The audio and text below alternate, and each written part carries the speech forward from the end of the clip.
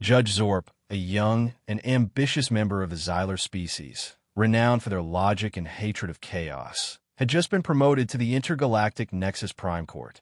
He eagerly awaited his first case, hoping for a sophisticated commercial dispute or a treaty violation between star systems. The disappointment was palpable when Zorp was assigned to handle the case of Galactic Harmony versus Brenda Jones, Earth Human. The charge: disturbing public order through inappropriate gestures. The case file was unbelievably thin, describing how Brenda had performed a sudden destabilizing action at an interspecies concert. Zorp summoned the bailiff assigned to his courtroom, Grok, a bulky Petrosian equipped with thick personal battle armor, a fully enclosed helmet, and a large ion rifle. Zorp, with his logical nature, questioned the necessity of such excessive equipment for a simple disturbance of order case. Standard protocol for all cases involving Earth humans, regardless of how minor the charge, Grok explained through a crackling voice translator. He briefly mentioned, without details, the applause incident of Cycle 7, the tissue paper crisis, and the cursed precedent of blessing. Zorp dismissed these, assuming they were exaggerations. The courtroom preparation revealed additional security measures activated specifically for this trial. Reinforced force fields around the judge's bench, continuous emotion scanners, high-powered pheromone filters, and an emergency alarm button directly linked to the galactic security fleet.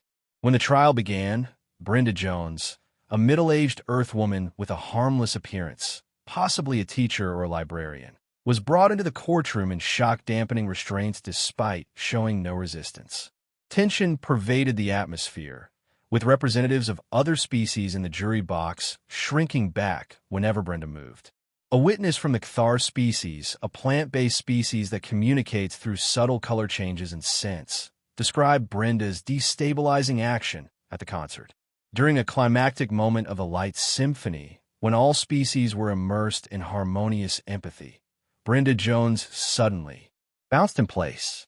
The initial chaos was tangible. The Cthar witness wilted from uncontrolled emotional vibrations. A Zorgan delegate, a species with collective consciousness, was temporarily disconnected from their network due to spiritual interference, and Judge Zorp felt his logical circuits overloaded by the irrational behavior. Bailiff Grok stood shield-ready before the judge's bench, weapon at the ready. Through her court-appointed attorney, possibly a character similar to Harry Benson, but less experienced, Brenda explained that it was just a small dance to express excitement and appreciation for the music, a completely normal reaction on Earth. She even attempted to slowly demonstrate the dance again, causing another mild wave of panic in the courtroom. Judge Zorp was completely baffled as to why a rhythmic body movement could be considered disruptive and cause physical reactions in other species. He ordered a temporary adjournment to consult experts on abnormal human behavior. During the recess, Zorp met with Dr. Levun, a cosmic psychologist specializing in human exposure stress disorder, HESD. Levun presented complex brain charts showing chaotic neural responses in non-human species when exposed to emotional inconsistencies, excessive body language, and illogical human concepts, such as dancing for joy. Zorp attempted to research dancing in the Galactic Cultural Sensitivity Database, a massive, impractical, and often contradictory digital archive. The results returned thousands of warning entries about various human body movements considered provocative, threatening, or mating rituals by different species, but no satisfactory explanation for the specific reaction to Brenda's dance. During the break, Zorp engaged in conversation with Grok, who was polishing his ion rifle. Grok reluctantly provided more details about previous incidents. The applause incident, where synchronized clapping from an Earth delegation overloaded the building's sound system and permanently damaged a sensitive auditory species. The tissue paper crisis, when an Earth lawyer offering a tissue to a leaking judge, a normal biological process for that species, was misinterpreted as an illegal attempt to collect biological samples. Zorp began to realize that the problem wasn't Brenda's actions, but the inherently unpredictable and biologically/psychologically irreconcilable nature of humans in relation to the galaxy's logical order. A vague fear began forming in Zorp's mind.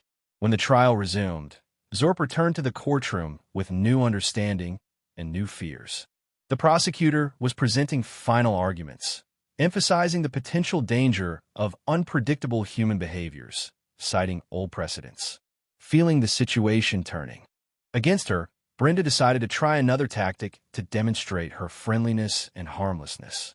Remembering an old documentary episode about interspecies communication, she decided to try whistling a simple, cheerful tune that she thought would be universal. The whistle triggered a catastrophic, unforeseen reaction. To the Cthar species, the sound exactly matched their ancient predator alarm frequency, causing the entire Cthar delegation to release defensive spores that caused intense itching throughout the courtroom. To an ambassador from the Vex system, a species that communicates via infrasound, the whistle inadvertently activated a hibernation code in his translation system, rendering him immobile. Worse yet, the whistle frequency matched the activation code for the courtroom's emergency fire suppression system, which released a thick layer of fire-extinguishing foam. Amidst the chaos of itchy spores, fire suppression foam, and immobilized/panicking diplomats, Grok proved the value of his armor.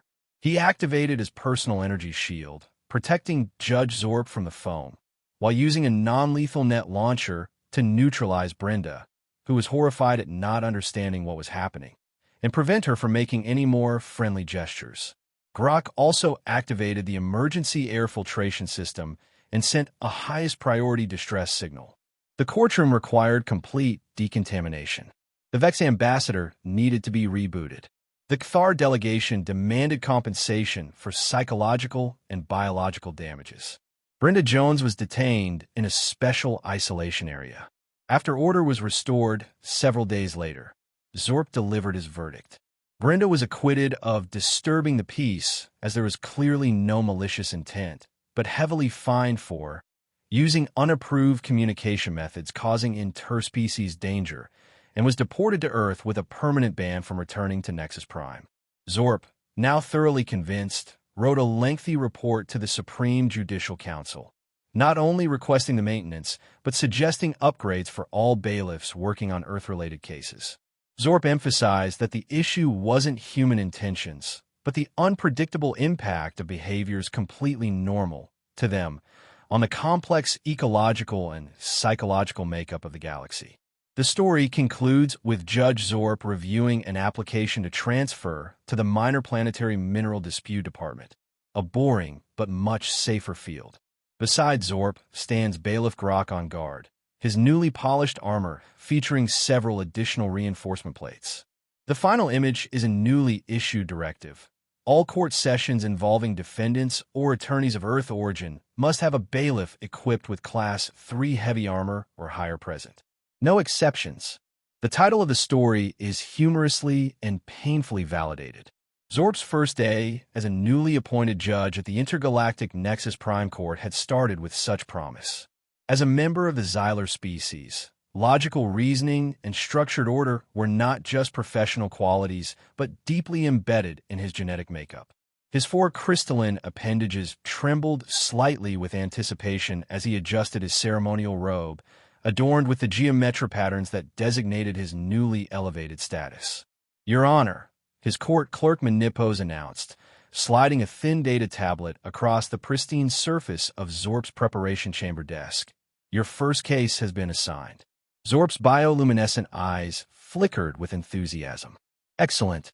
What challenging matter of cosmic law shall I be adjudicating today? A hyperlane dispute between the Regellian Consortium and the free planets of Deneb?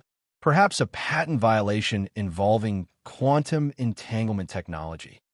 Manipos, a gelatinous Vorbian whose translucent body rippled uncomfortably, hesitated before answering. "It's a disturbance case, Your Honor. Galactic Harmony versus Brenda Jones. The defendant is human." The light emanating from Zorp's eyes dimmed noticeably. "A human? From Earth." He tapped his long, articulated fingers on the desk surface. "And what exactly is the charge?" disturbing public order through inappropriate gestures at the Harmonic Convergence concert last orbital cycle. Menipos replied, his body color shifting toward a muted yellow, the Vorbian equivalent of wincing. Zorp flicked through the case file on the tablet. The entire dossier was barely 3 pages long.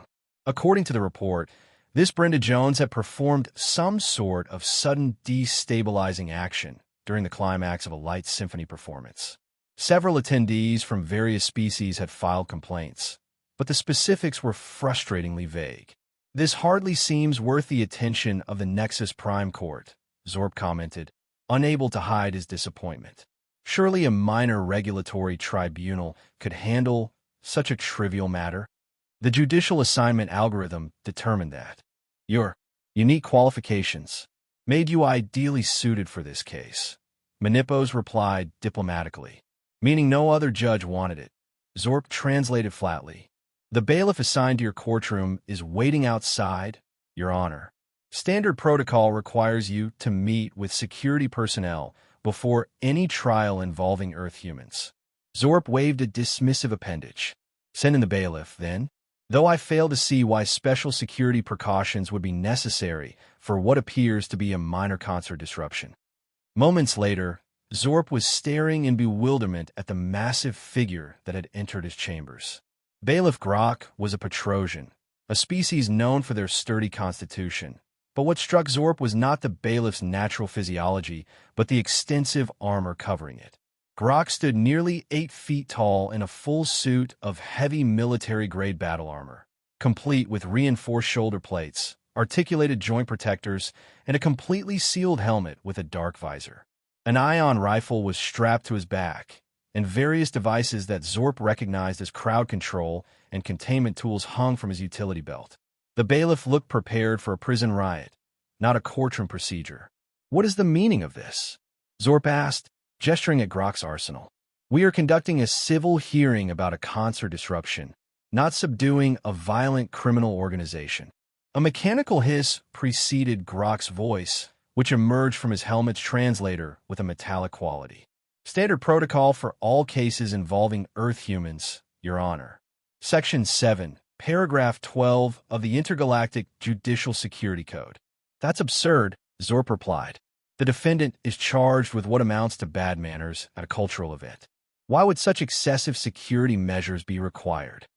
Grok's helmet tilted slightly to one side, a gesture that somehow conveyed decades of weary experience. Permission to speak freely, Your Honor? Granted. This is your first human case. It wasn't a question. Have you been briefed on the applause incident of Cycle 7? Or the tissue paper crisis? Perhaps the cursed precedent of blessing?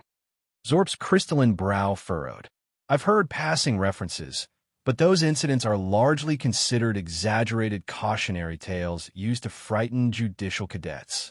Grok's mechanical chuckle held no humor. I was there for 2 of them, Your Honor. They are not exaggerated. He tapped the reinforced plating on his left shoulder.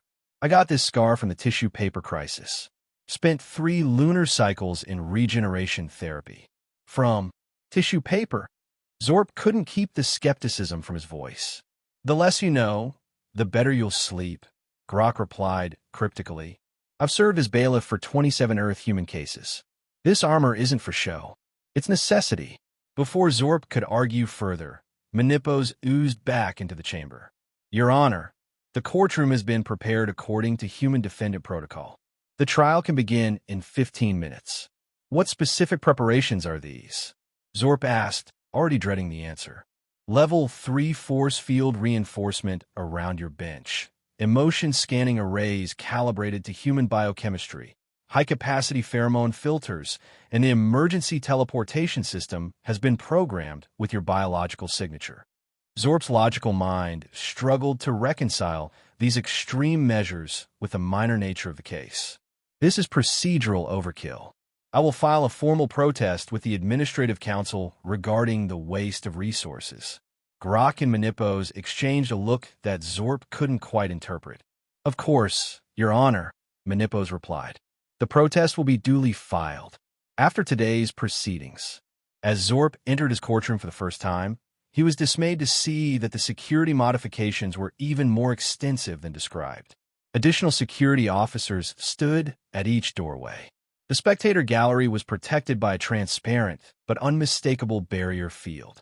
Most tellingly, the jury box, filled with representatives from 7 different species, was positioned unusually far from the defendant's stand. Zorp settled himself on the elevated judicial platform, noting with irritation the subtle hum of the force field surrounding him.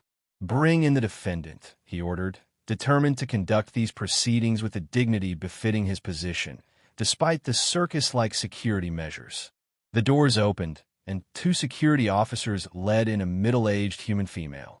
Brenda Jones appeared to be in her late 40s by human standards, with short graying hair and a physique that suggested a sedentary occupation, perhaps an educator or information specialist. She wore simple clothing and looked entirely unremarkable, except for the shock-dampening restraints binding her wrists. "Are those restraints truly necessary?" Zorp asked sharply. "Standard procedure." One of the officers began. "Yes, I know. Standard procedure for human defendants," Zorp interrupted. "Remove them immediately. This court will not presume guilt through excessive restraint." As the restraints were removed, Zorp observed the jury's reaction. The Cthar representative, a sentient plant-based life form, visibly recoiled, its emerald fronds curling inward protectively. The Zorgan delegates' compound eyes all blinked simultaneously, a sign of heightened alert in their species. Even the normally impassive Glacian shifted its crystalline structure to a more defensive configuration. "The court will now hear the testimony regarding the incident at the Harmonic Convergence concert," Zorp announced, gesturing to the prosecutor. The prosecutor, a slender Artaxian with silver skin, rose gracefully. "The Galactic Cultural Harmony Commission calls witness Albo of the Cthar Collective." A Cthar stepped forward, or rather, extended its ambulatory roots to reposition its central stalk. The witness was a magnificent specimen, with iridescent fronds that shifted through subtle shades of blue and green as it moved. Like all Cthar, it communicated through a combination of color changes, scent emissions, and subtle vibrations that were interpreted by the court's translation system.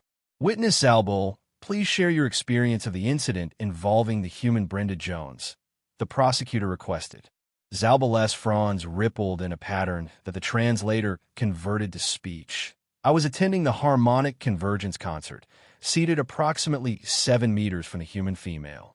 The light symphony had reached its 4th movement, the coalescence of shared consciousness, when the disruption occurred. All sentient beings present were experiencing the intended state of tranquil receptivity. Our collective emotional resonance had achieved perfect stability. Zalbal's colors darkened momentarily.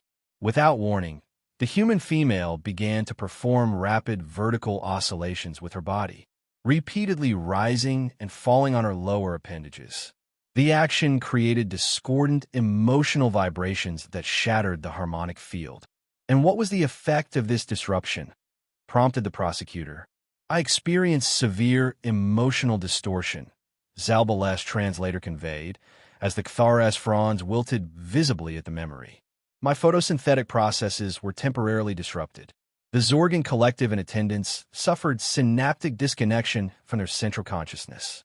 The Glacian crystalline choir developed microfractures from the discordant emotional energy."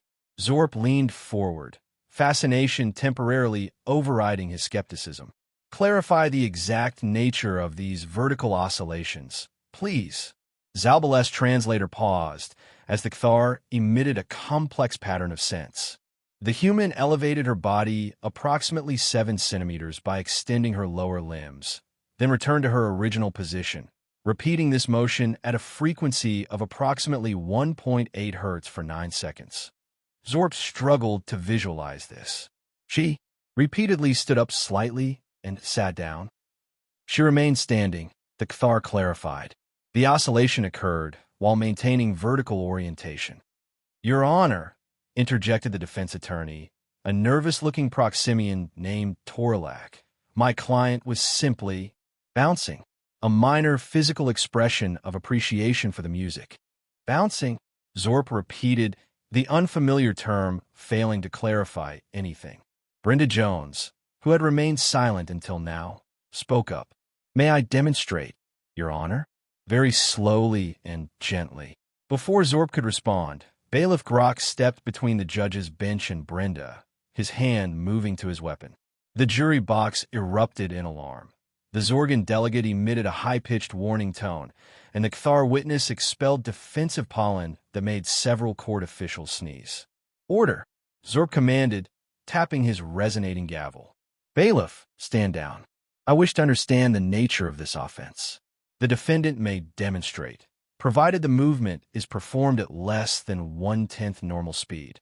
With all eyes cautiously watching, Brenda slowly bent her knees and rose up on her toes, then reversed the motion. The simple action, performed with exaggerated slowness, nevertheless caused visible discomfort among the jury. The glacian's crystalline structure emitted a low-frequency groan. "That's it," Zorp asked, perplexed. "That's the disruption that caused such distress." "Your Honor," the prosecutor interjected, "you're witnessing a greatly attenuated version of the action.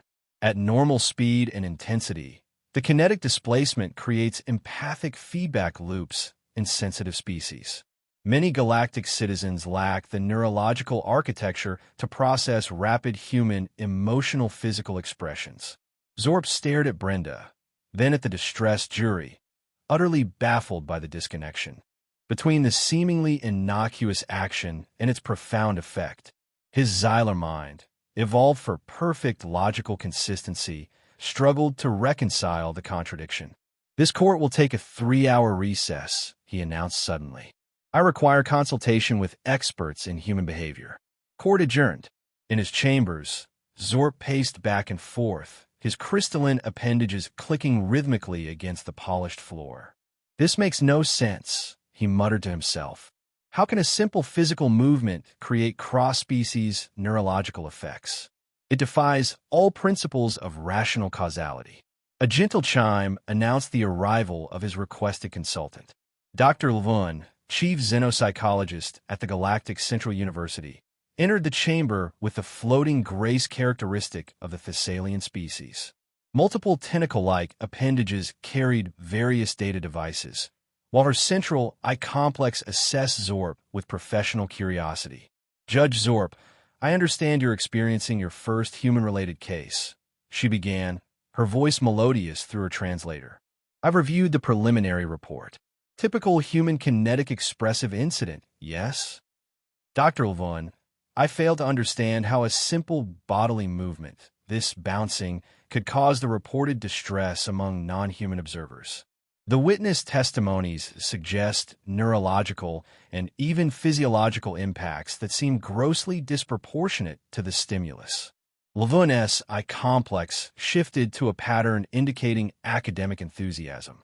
"Ah, you've identified the central paradox of human intercultural relations. Allow me to explain." Several of her appendages activated a holographic display showing comparative brain structures. This is the simplified emotional processing center of a Cathar. The image showed an elegant, symmetrical neural network with methodical connection patterns. "And this," she continued, bringing up another image that looked like an electrical storm trapped in a jar, "is the human equivalent." Zorp stared at the chaotic, seemingly random connections. "That can't be correct. No sentient species could function with such a disorganized neural structure." "Yet they do. And therein lies the problem," Levun explained. "Humans process emotions and physical expressions through pathways that are fundamentally incompatible with most galactic species. What they perceive as a minor expression of joy creates what we call empathic overflow syndrome in others." She brought up another display showing brainwave patterns. "When exposed to sudden human emotional expressions, verbal, physical, or pheromenal, non-human brains experience something akin to trying to process a data file in an incompatible format. The neural equivalent of a system crash. But surely after centuries of interspecies contact, adaptation would have occurred." Zorp questioned. Levun's tentacles waved in the Thessalian equivalent of a headshake. "That's the fascinating part. Humans adapt to us faster than we can adapt to them. They modulate their behaviors in official contexts, creating the illusion of compatibility. But when they experience strong emotions, joy, excitement, surprise, they revert to instinctual expressions that remain neurologically toxic to other species. Zorp considered this information. Is there documentation of these effects I could review? The Galactic Cultural Sensitivity Database has an extensive section on human behaviors and their cross-species impacts, Levun offered. Though I must warn you, it's somewhat disorganized, much like the species it documents. After Levun departed, Zorp accessed the database through his private terminal. The human section was indeed chaotic, a labyrinthine collection of incident reports, behavioral analyses, and warning bulletins. He searched for information specifically on human dancing or bouncing and was overwhelmed by thousands of entries. According to the database, a simple human smile, the baring of teeth, was considered a death threat on at least 7 worlds. The common human gesture of a wave was indistinguishable from the mating invitation display of the Procyon avians. Human laughter operated at frequencies that disrupted the telepathic fields of multiple psychic species. This is absurd, Zorp muttered, closing the database.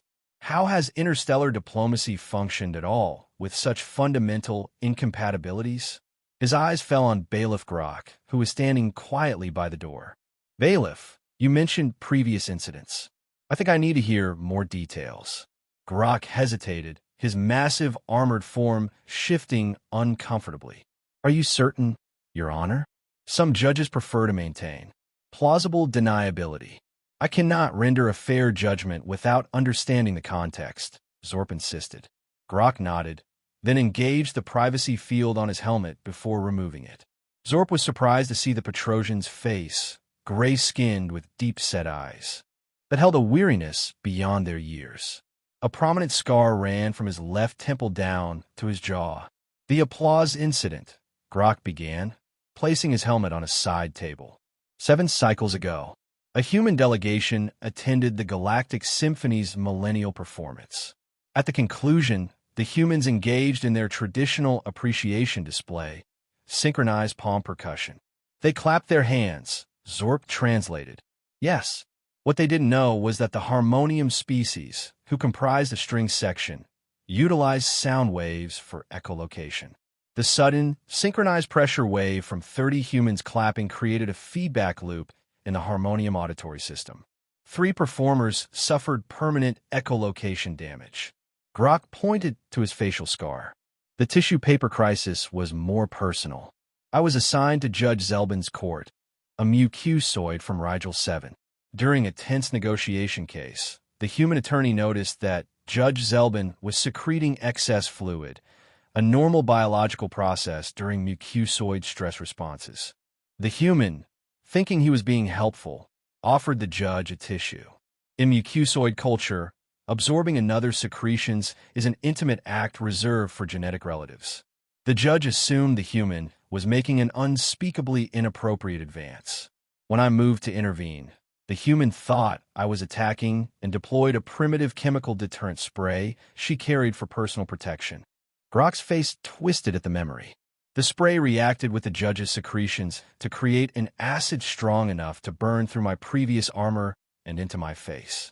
The courtroom had to be quarantined for 3 weeks. Zorp sat in stunned silence. And then there's the cursed precedent of blessing, Grok continued.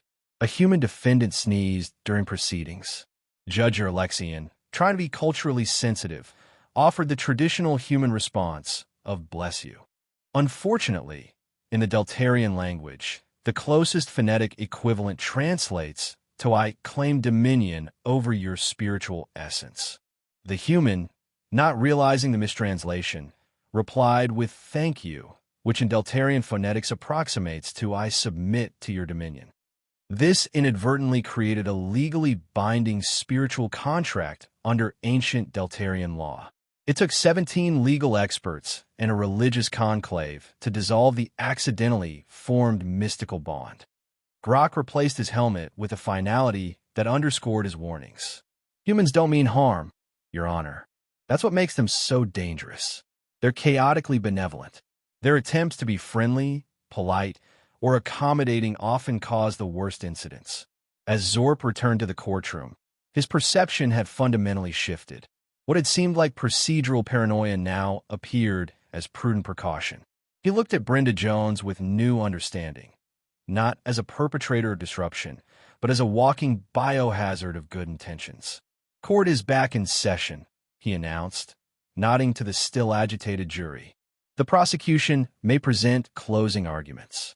The Artaxian prosecutor rose. "Honorable Judge, the facts are clear. The human Brenda Jones performed a physical expression that caused documented harm to multiple attendees of the Harmonic Convergence concert. While we acknowledge no malicious intent, ignorance of biological incompatibility is not a valid defense. The Galactic Cultural Harmony Commission requests appropriate penalties and mandatory cultural sensitivity training before the defendant is permitted to attend any further interspecies gatherings." Zorp turned to the defense. "Counselor Torlak, your response?" The Proximian attorney adjusted his collar nervously. "Your Honor, my client acknowledges the unintended effects of her actions, but maintains that she was simply expressing appreciation according to human custom. No reasonable person could anticipate that a small physical movement would cause distress. We ask for dismissal of all charges with a warning." Brenda Jones sat at the defense table, visibly distressed by the proceedings. Feeling that her side of the story wasn't being properly conveyed, she made a decision that would prove fateful. "Your Honor," she said, standing slowly to avoid alarming anyone, "I feel terrible about what happened. I had no idea my little dance could affect others that way. On Earth, it's just a way of showing we're happy. I'm a kindergarten teacher. I work with children. I would never intentionally cause harm." Zorp could perceive her sincerity, which only complicated his judgment. Before he could respond, Brenda continued, "Perhaps if I could just show everyone that humans can communicate peacefully." She paused, remembering an old documentary she'd watched about interspecies communication. "There's something universal about music, isn't there? Maybe this will help." Before anyone could stop her, Brenda pursed her lips and began to whistle a gentle, cheerful tune, the opening notes of "What a Wonderful World." The effect was instantaneous and catastrophic. The Cathar witnesses' fronds instantly went rigid, then began violently thrashing. The plant being emitted a thick cloud of yellow defensive spores that quickly spread through the courtroom. The jury box erupted in chaos. The Zorgan delegate collapsed into a heap of disconnected limbs as its hive mind suffered signal interruption, and the Galatian representative began to vibrate at a frequency that made nearby objects shatter. Most alarming of all, the whistle's particular frequency matched the emergency code for the courtroom's fire suppression system. Ceiling panels opened, releasing a torrent of flame-retardant foam that began filling the room.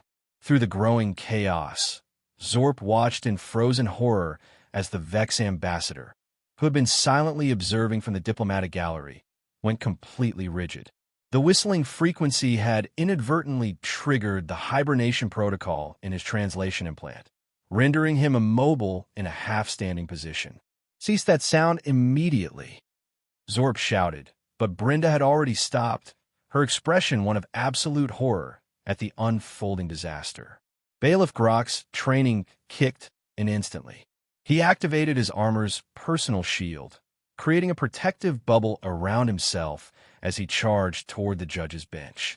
With one armored arm, he swept Zorp behind the reinforced podium while simultaneously drawing a non-lethal restraint launcher with his other hand. With practiced precision, Grok fired a containment net at Brenda, who was now backing away in confusion and fear. The electrostatically charged mesh wrapped around her, immobilizing her without injury, but effectively preventing any further friendly gestures. "Containment Protocol Epsilon," Grok shouted into his comm system. The security officers stationed around the room activated personal filtration fields and began ushering jurors and spectators toward the emergency exits. Grok pressed a control on his gauntlet, activating the courtroom's atmospheric purification system to deal with the Cathar spores. Zorp, protected by Grok's shield and the force field around his bench, watched the scene unfold with a mixture of shock and dawning comprehension. The logical pathways of his Xylar mind finally grasped what experience had taught so many before him. Human behavior was not merely different. It was fundamentally incompatible with galactic standards in ways that defied prediction. The aftermath of what would become known as the Whistling Catastrophe took days to address. The courtroom required complete decontamination, with specialized teams in hazmat suits removing the now-hardened fire suppression foam. The Cathar spores had caused severe allergic reactions in 14 different species, keeping the medical ward busy with rash treatments and respiratory therapies. The Vex ambassador had to be transported to a specialized facility where technicians could safely reset his translation implant without triggering a cascading neural collapse. The Zorgan delegates' disconnected components had been collected and returned to their collective for reintegration, a process that would take weeks. As for Brenda Jones, she had been relocated to a specialized holding facility designed for containing biologically unpredictable species. The containment protocols seemed excessive for a kindergarten teacher from Earth, but after witnessing the effects of a simple whistle, nobody was arguing for leniency. 7 days after the incident, Judge Zorp convened a special session in a smaller, auxiliary courtroom. Only essential personnel were present: Bailiff Grok, in upgraded armor with enhanced auditory filtering, the prosecutors, defense counsel, and Brenda Jones herself, who now wore a special dampening collar designed to modulate any sound she might make into non-disruptive frequencies. After careful consideration of all factors in this unprecedented case, Zorp began, his voice steady despite his lingering discomfort. This court has reached a verdict. Brenda stood nervously, the dampening collar pulsing softly with her elevated respiration. On the charge of disturbing public order through inappropriate gestures, this court finds the defendant not guilty due to lack of malicious intent. Brenda's shoulders relaxed slightly, but Zorp continued. However, on the additional charge of utilizing unapproved interspecies communication methods resulting in public endangerment, this court finds the defendant guilty. Zorp raised a crystalline appendage to forestall objections from the defense. The sentence is as follows. First, a fine of 25,000 galactic credits to cover damages to the court facilities and medical expenses of affected parties. Second, permanent confiscation of the defendant's interstellar travel permit with a ban from all major galactic hubs, including Nexus Prime.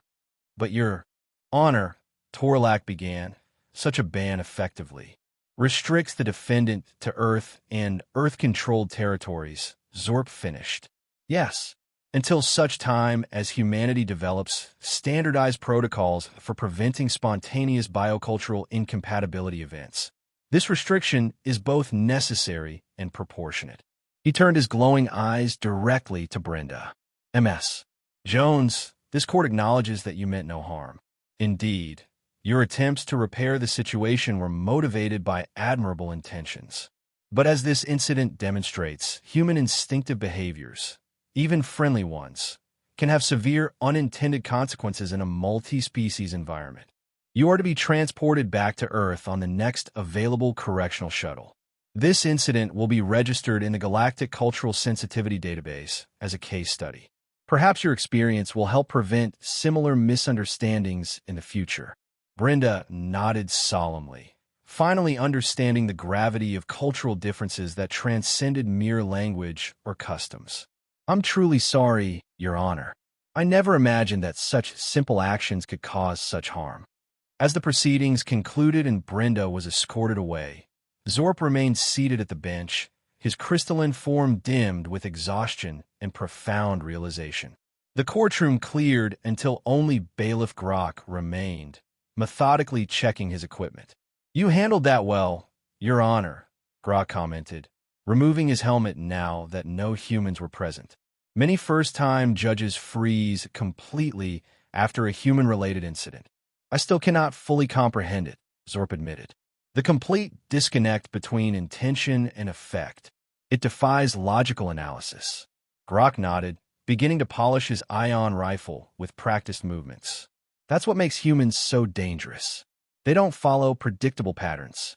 Every other species in the known galaxy evolved with some form of consistent internal logic, even if that logic differs between species. But humans, he paused, searching for words. Humans are walking chaos engines disguised as rational beings. And yet they've achieved space travel, developed complex technologies, and established diplomatic relations throughout the sector, Zorp mused. Precisely because no one can predict what they'll do next, Grok replied with a grim smile. In military terms, it's called tactical unpredictability. Most species avoid conflict with humans, not because they're particularly powerful, but because their responses can't be accurately modeled. Zorp's logical mind struggled with this concept. Are you suggesting their chaotic nature is evolutionarily advantageous? In some contexts, yes. In a controlled courtroom environment, Grok gestured at the still visible damage from the whistling incident. Not so much. 3 standard cycles later, Zorp sat in his private chambers, finalizing a report to the Supreme Judicial Council. His experience with the Brenda Jones case had fundamentally altered his understanding of interspecies relations and court security protocols. The document on his screen outlined a comprehensive proposal for handling future human cases, including 1. Mandatory sensory dampening fields calibrated specifically to human emotional frequencies. 2. Enhanced training for all court personnel in human behavioral unpredictability. 3. Required presence of specialized xenobiological containment teams. 4. And most importantly, upgraded armor and defensive equipment for all bailiffs assigned to human cases. As he reviewed the document, a notification appeared on his screen. His application for departmental transfer had been approved. Beginning next cycle, he would be presiding over minor planetary mineral disputes in the Outer Rim territories. The position was widely considered tedious and undesirable. Endless arguments over asteroidal mining rights and resource allocation percentages. But it offered one significant advantage: minimal human interaction. Zorp accepted the transfer with a sense of profound relief. Let younger, more adventurous judges handle the unpredictability of human cases. He had experienced enough chaos to last several lifetimes. A gentle chime indicated a visitor. The door slid open to reveal Bailiff Grok, no longer in his full battle armor, but still wearing a reinforced chest plate and utility belt, standard off-duty attire for security personnel who had experienced human incidents. "I heard about your transfer, Your Honor," Grok said, entering with a data pad in hand. "The Mineral Dispute Division will be lucky to have a judge of your caliber." "You mean they'll have a judge desperate enough to take the position no one wants?" Zorp replied with unusual candor. "Have you received your next assignment?" Grok nodded. "Special Security Division. I've been promoted to Chief Bailiff for the Human Diplomatic Section." Zorp's bioluminescent eyes widened. "Voluntarily, combat pay is triple standard rate," Grok shrugged. "And someone has to do it. After 17 years on the job, I've developed something of a knack for anticipating human unpredictability." "An oxymoron if I ever heard one," Zorp commented. "Is that new armor?" He had noticed additional reinforcement plates on Grok's chest protection. "Latest model. Incorporates lessons from the whistling catastrophe. Enhanced audio filtering, pheromone neutralizers, and emotional dampening field generators." Grok tapped one of the plates proudly. "They're already calling it the Brenda Protocol in security circles." "Speaking of protocols," Zorp said, gesturing to his screen, "the Judicial Council has responded to my proposal. They've approved a galaxy-wide directive." He turned the display so Grok could read the official notice. Judicial Security Directive JD 7742. All court sessions involving defendants or attorneys of Earth origin must have a bailiff equipped with Class 3 heavy armor or higher present. No exceptions. Violation of this directive will result in immediate case dismissal and disciplinary action against the presiding judge. Grok read the directive and gave a satisfied nod. "It's about time. We've been requesting this for decades." "I've come to understand why," Zorp said quietly. As Grok prepared to leave, he hesitated at the door. "You know, Your Honor, despite everything, I don't dislike humans. Zorp looked up in surprise. They're dangerous, yes. Unpredictable, absolutely. But there's something refreshing about species that can surprise you after centuries of service. Most days, I can predict exactly what any given Zorgan, Kthar, or even fellow Petrosian will do in any situation. But humans? Grok shook his head with something approaching admiration. Never a dull moment. I prefer dull moments, Zorp replied firmly. Then you've chosen the right department. Grok laughed, a deep rumbling sound rarely heard from security personnel. Good fortune in your new position, Judge Zorp. May your cases be logical and your humans non-existent. After Grok departed, Zorp turned to the window overlooking the vast intergalactic transportation hub that was Nexus Prime. In the distance, he could see a correctional shuttle preparing for departure, the vessel that would return Brenda Jones to Earth. The kindergarten teacher whose bouncing and whistling had caused more diplomatic incidents in one day than most species managed in a decade. He reflected on the sheer improbability of all. How a species could develop spaceflight technology while remaining so fundamentally incompatible with galactic standards of behavior. Humans were walking contradictions, their simple friendliness more dangerous than the aggression of traditionally hostile species. As the Earth shuttle disappeared into hyperspace, Zorp felt a complex emotion unusual for his logically oriented species, a mixture of relief, fascination, and something approaching respect. Humans would continue to bounce, whistle, clap, sneeze, and offer tissues throughout the galaxy, leaving chaos in their wake. And bailiffs like Grok would continue donning increasingly elaborate armor, standing as the thin armored line between human goodwill and galactic catastrophe. Zorp turned back to his desk, beginning preparations for his new position among the blissfully predictable mineral disputes of the Outer Rim. His first and last human case had taught him what countless judges before him had learned the hard way. In a courtroom of the stars, there was no entity more unpredictable than a well-meaning human. 2 standard years later, Bailiff Grok stood at attention in Courtroom 7 of the Diplomatic Division, his new Class 4 armor gleaming under the photosynthetic lighting. The modifications inspired by the Brenda Jones incident had been further refined. Emotional dampening fields, enhanced audio filters, and a new quick-deploy containment system integrated directly into his gauntlets. Judge Calzoon, an experienced Thargoid with multiple sensory appendages, was presiding over a treaty negotiation between the Rigelian Trade Federation and a human delegation from Earth's colonial administration.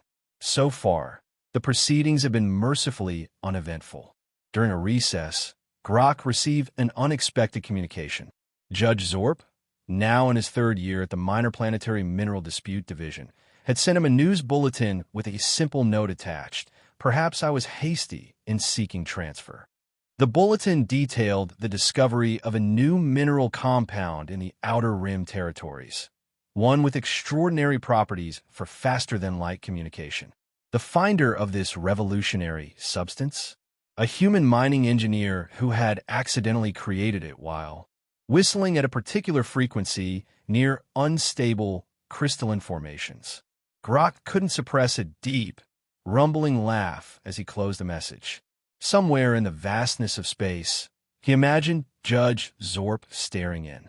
Dismay at laboratory results confirming that random human behaviors had once again changed the course of galactic development. As the human delegation filed back into the courtroom, Grok adjusted his armor and stood at ready position. One of the humans, a young diplomat on her first off-world assignment, smiled nervously at him. "That's quite impressive armor," she commented politely. "Is it standard issue?" "No, ma'am," Grok replied through his helmet's translator. "It's the Brenda Special." "The what?" "Just an old security joke," he said. "Please take your seat. And ma'am, try not to whistle." The confused diplomat nodded and moved to her assigned place, unaware that her name had already entered the preliminary risk assessment database. Emily Johnson, junior diplomatic attaché, potential exuberance risk factor, moderate to high. Grok settled into his position beside the judge's bench, ion rifle at ready position, a new day of human unpredictability stretching before him. The armor might be heavy, but experience had proven time and again that when it came to humans, there was no such thing as being overprepared. And somewhere on Earth, a kindergarten teacher named Brenda Jones told her wide-eyed students about the time her happy dance and cheerful whistle had caused an intergalactic incident, changed security protocols across the galaxy, and earned her permanent mention in the Galactic Cultural Sensitivity Database. The children laughed in delight, bouncing in their seats, completely unaware that this very movement would cause 17 different species to implement emergency containment protocols. Just another day in the complex dance of interspecies relations, where one species' joy was another's neurological crisis, and where bailiffs would forever stand armored against the most dangerous force in the known universe: human enthusiasm.